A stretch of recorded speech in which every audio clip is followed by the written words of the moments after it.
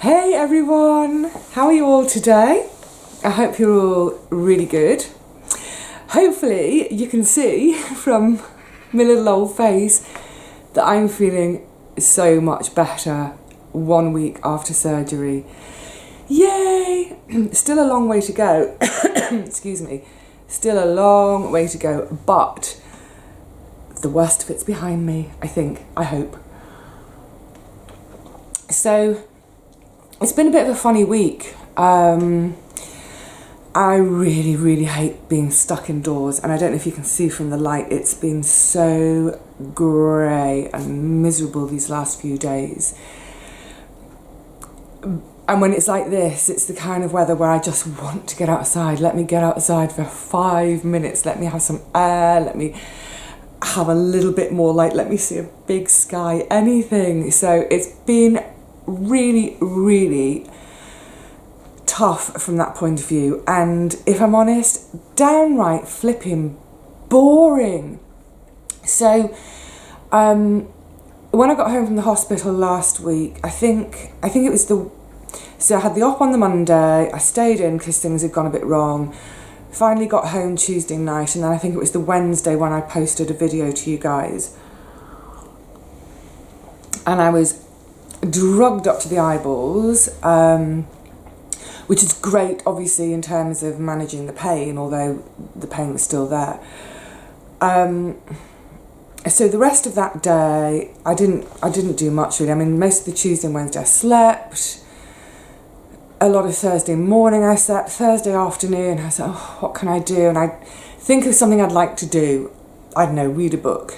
I'd pick a book up, and within 5 minutes I was like, oh, can't be bothered, didn't have the energy, and it was really doing my nut. And I know that's not a long time to be out of action, but I'm normally such an active person, not necessarily active like, you know, hiking up mountains and snowboarding or swimming the English Channel or anything like that, but just active in terms of just doing stuff. And sometimes doing means just sitting and being, if you know, in the garden, for example. Anyway, so on last Thursday evening, I decided, right, I need to get myself weaned off these drugs because they are really making me tired, they're making me a bit doolally.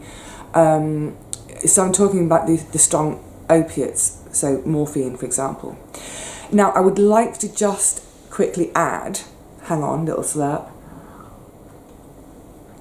I would like to add that if any of you are in a similar situation, please do not mess with your drugs and your doses and even attempt weaning, anything like that, without your doctor's say-so. Your doctor should plan it for you.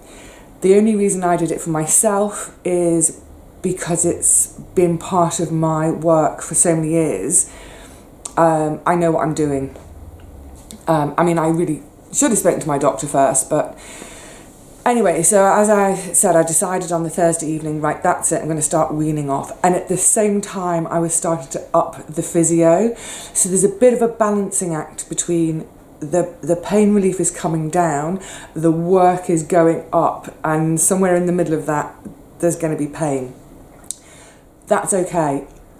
I could cope with that amount of pain, knowing that it's partly because I'm not doing the drugs, but also partly because I'm upping the physio. So by the Saturday, this was really fantastic. I was trying a few stairs at a time each day, but by Saturday I did all 60. Yay! I was so pleased with myself. I got all the way down all the stairs in my building, got to the bottom, opened the front door, had a big lungful of, well, it's not really fresh air in London, is it? But it, you know, it felt like fresh air to me. Shut the door and then just faced this mountain of stairs to climb. But I did it, so that's great. So as each day's gone on, there's been less and less drugs. So today, what day is today? Tuesday. So today I've had no drugs whatsoever, not even paracetamol. I've done the whole lot of stairs again today, opened the front door, and I managed to cross the road. There's a pedestrian crossing right outside my flat, and opposite there's a little corner shop, so I just popped in and got myself a bag of sweets. So naughty, I know, but I wanted a treat. So I've kind of been reflecting on things in the last few days quite a lot, because what else am I going to do stuck inside? I still haven't quite mustered the energy to do anything very productive, but so sort of going back to last Thursday, Friday, and getting myself off the drugs, I was feeling really, really low on the Thursday and the Friday. If I'm honest, I was kind of feeling a bit sorry for myself, which I think is normal and I think is natural, and I think it's okay for maybe a day or two, but I've always had this thing where I do allow my emotions, because that's my honesty, that's my truth, that's what I'm feeling. But I'm also quite aware of them, and when it's negative stuff, I do try to pull myself up by the bootstraps and say, right, enough of that, stop it. Almost like talking to myself as if I'm a naughty toddler. It's that thing of, yeah, it's okay to be miserable for a day, but after that, no more. Stop it, get on with things.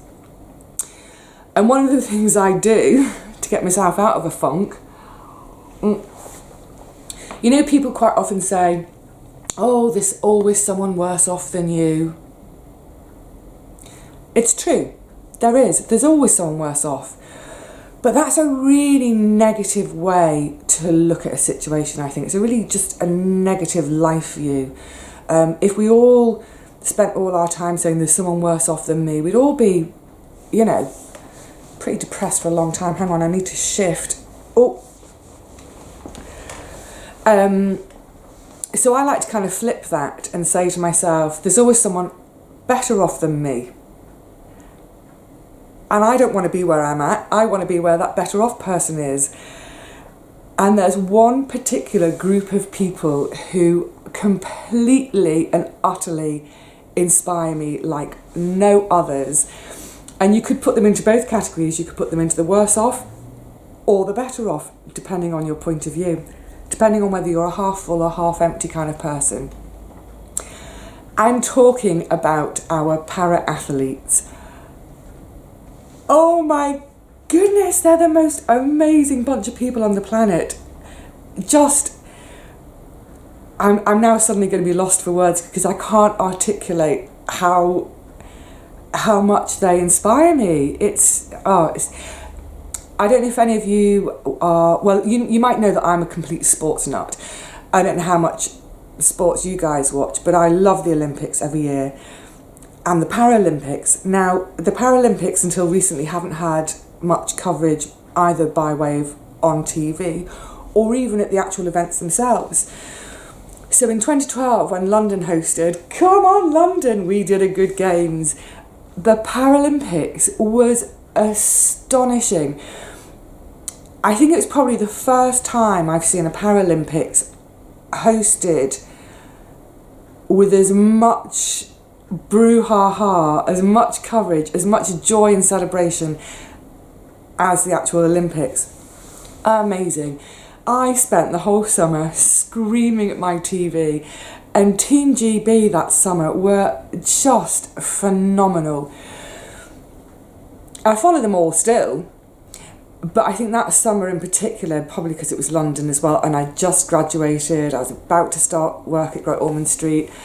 It was the most perfect summer, and seeing these guys and girls with, you know, missing limbs, no sight, the dressage team, my goodness, with cerebral palsy, I can barely control a horse to make it trot if I want to, and I have all my muscles under control.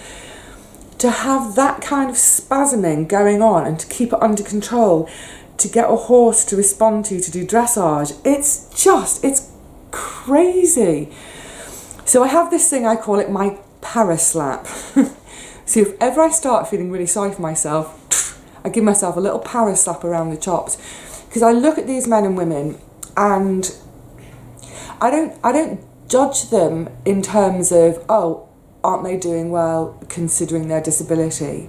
I judge them in terms of, that was a great 100 metres, or, oh, what a rubbish heat, you know, what an absolute rubbish start out of the blocks. There comes a point, I don't see the blades anymore. I just see these amazing human beings running 100 metres faster than I could run 5 metres, if you see what I mean. So yeah, every now and again when I get really down in the dumps, I give myself a power slap and I say, look, if a person can overcome or live with that level of disability, that person is living without a limb, for goodness sakes. Not only are they getting on with their lives, but they are running and competing for their country and winning gold medals. It kind of makes me feel a bit stupid for whinging if I've got a headache. Honestly, it really does. So, cheers to all our para-athletes. You guys are amazing and inspiring, and I could wax lyrical all day, I'm not going to. But another thing it got me thinking about was that, so this year I'm trying to live without a wage for a whole year. I'm going to let you in on a secret now. I think I'm going to keep going for more than a year. Shh, don't tell anyone it's a secret. It has proved so challenging at times, especially when I was doing 60 odd hours a week doing cares for my great aunt. That's all sorted now. It has been really challenging, but my goodness, I love it. I love getting up every morning and knowing it's all about me and what I can do and what I can achieve, and no one's going to do it for me. No one's going to help. I have to do it myself. But I love that, and it's kind of what I've always wanted to do, and now I'm doing it. It's brilliant.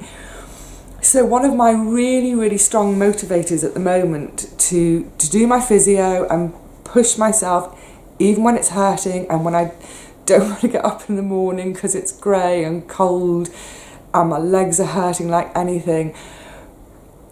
I'm so motivated because ultimately, if I don't get this leg better, and then eventually the other leg, if I don't do it, it's not going to happen.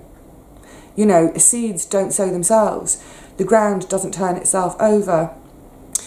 The food doesn't get preserved on its own. You know, tomatoes don't jump into bottles all on their own. They have to be put there by me. So I feel really motivated at the moment to just get on with my physio, get back on the horse, as it were. The horses are featuring today, aren't they? I do love horses. And just keep going. I'm not going too mad, don't worry. I'm, having lots of rest time, the leg is up, still icing, doing all that kind of stuff. I'm being a good patient. But I'm just trying to motivate myself each day to get up, be productive, keep going. And the more I do it, the more excited I am for tomorrow and tomorrow and tomorrow. I cannot wait for next year. I've got some really lovely plans for the garden, which I might share in another video. I'm really looking forward to, over the next few weeks, I've planned to start doing some writing and some sewing. I've given myself a little rough schedule of when I can do things. So those things are going to start to happen too, finally. And la vita è bella. I don't know what else to say. I just feel, if you put your mind to it, anything's possible. And I feel like the whole world is laid out in front of me like a smorgasbord, and it's up to me to just take, choose what I want, have it. I can have it. Yay! Ah. In an hour's time, I'll be bored again. I hate the boredom. But at least I'm more with it now that I've not got the meds in my system. I'm mobilising much, much, much better. I'm not even going to attempt to get to the garden for another few weeks yet because it's too far on the crutches, because the crutches actually hurt my wrists, but also because it's so slippy underfoot. But I'm going to keep doing my stairs every day, trying to go out of the house, maybe go a little bit further each day, see how far I get. And in the meantime, get the sewing machine out, get the notebooks out and the pens out, and just carry on being me and loving my life and being grateful for every single second of it. So, on this very excited note, I don't know why I'm so excited, it's ridiculous, I just get excited about life. I would like to wish you all a very lovely day, whatever you're up to. I know all of you down under, it's summer now, isn't it? Is it officially summer? You must be revelling in all that sunshine. Don't forget, we'll have it again in 6 months. For all of us in the northern hemisphere who are facing these chilly, grey, drizzly days, stuff it. Put a few layers on, put a hat on, put your wellies on, get outside and just embrace every moment. And all of us every day should count our blessings for all the fantastic things we do have and ignore the stuff that's not so great. Just enjoy the good stuff. I will see you all again really soon, I hope. But in the meantime, cheerio and take care of yourselves.